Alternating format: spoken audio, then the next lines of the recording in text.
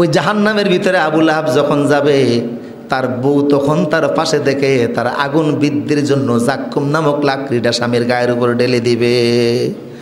কারণ সে দুনিয়াতে স্বামীর অন্যায়ের সাপোর্টার হয়েছে। কাজেই যারা নবীর বিরুদ্ধে সাপোর্টার হয়, সাপোর্টকারী, সমর্থনকারী আর জুলুমকারী সব একসাথে অপদস্থ হবে। স্ত্রী স্বামীরে সাপোর্ট দেওয়ার কারণে জাহান্নামের ভিতরে ওই স্ত্রীর মাধ্যমে স্বামীর গায়ের ভিতরে আগুন যিনি জ্বালাবেন বেশি করে তিনি কে?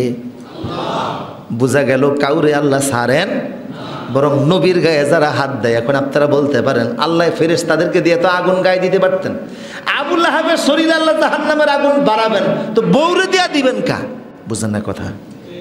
ফেরেশতা দিয়েও তো দিতে পারতেন, স্ত্রীকে দিয়া দেবেন। এই কারণে এটা আল্লাহর একটা সিস্টেম।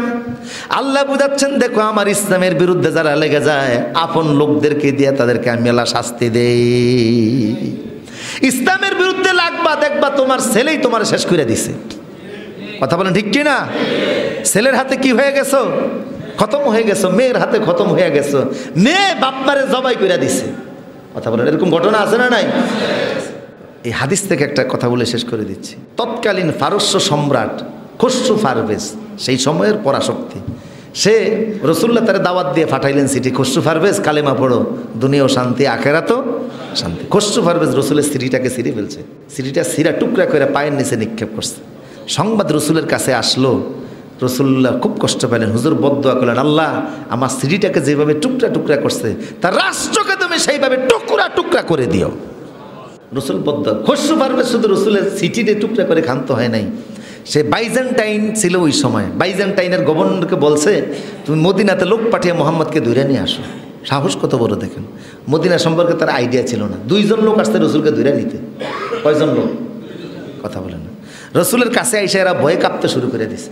রসুলের একটা নিয়ম ছিল, রসুল যেখানে থাকতেন কাফেরেরা দেখলেই ওদের অন্তরের ভিতরে একটা কাঁপন সৃষ্টি হয়ে যাইত। এটা হুজুরের শারীরিক বৈশিষ্ট্য। নসরতেবের রবে 1 মাস পর্যন্ত এরকম হতো, 1 মাসের দূরত্বের সমান জায়গায়। ওরা কাঁপতেছে। হুজুর বললেন কেন আসছো? আপনারা ধইরা নিতে পাঠাইছে বাইজেন্টাইনের গভর্নর ফারস্যের বাদশা খসরু পারভেজের নির্দেশে। তো হুজুর একটা মুচকি হাসি দিলেন, দিয়া বললেন যে কালকে আমারে নিও, আজকে থাক, তোমরা আজকে বেরাও। সাহাবায়ে কেরামকে বললেন এই 2 জন মেহমান, উত্তম মেহমানদারি করে ভালো একটা থাকার ব্যবস্থা করে দিও। এরা সারাদিন খেলো, রাত খেলো। পরের দিন সকালবেলা রসুল বললেন যার নির্দেশে আমারে ধরে নিতে আসছো সেই তো নাই। আল্লাহু আকবার। যার নির্দেশে আমারে ধরে নিতে আসতো সেই তো দুনিয়াতে নাই, তার আদেশও নাই, তার নির্দেশও নাই, তোমরা চলে যাও। 2 জন দৌড়িয়ে আসলো, যায়া বাইজেন্টাইনের গভর্নর করে বলছে যে মোহাম্মদ বলছে আমাদের রাষ্ট্রপ্রধান নাকি নাই। উনি বললেন না, আমার কাছে নির্দেশ পাঠিয়েছে মোহাম্মদকে ধরে আনতে, এমন তো কোনো খবর আসে নাই। 2 জন বলল আমরা মোহাম্মদ সাল্লাল্লাহু আলাইহি ওয়াসাল্লামকে সম্পর্কে যা জানছে উনি মিথ্যা কথা বলে না। কিছুক্ষণ পরে দেখে এক ঘোড়সওয়ারি আসতেছে দ্রুত একটা চিঠি নিয়ে, এসে বলে যে গতকাল রাতে খসরু পারভেজের ছেলে বাবারে জবাই করে হত্যা করছে, আর রাষ্ট্রীয় বাবার যত সিদ্ধান্ত ছিল সব মুলতবি করছে। মদিনার প্রেসিডেন্ট মোহাম্মদকে ধরে নেওয়ার যে সিদ্ধান্ত ছিল ওইটাও মুলতবি হয়েছে।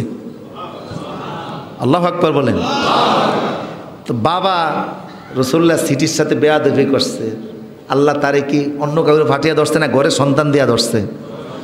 কাজে আমরা হিন্দুস্তানের দুশ্মন না। মনে রেখো, ভারত যেভাবে রসুলের সাথে বেয়াদবি করতেছো, তোমার লোকেরাই তোমার জন্য একসময় শত্রুতা করে তোমার মস্তককে খালি করে দিবে। কথা বলেন ঠিক কিনা? মুসলমান সব সহ্য করতে পারে, নবীর অপমান সহ্য করতে পারে না। এর জন্য জীবন দিল, জান্নাত হয়ে যাবে প্রথম সারির আবু বকরের সাথে। রাজি আছে না না ইনশাআল্লাহ?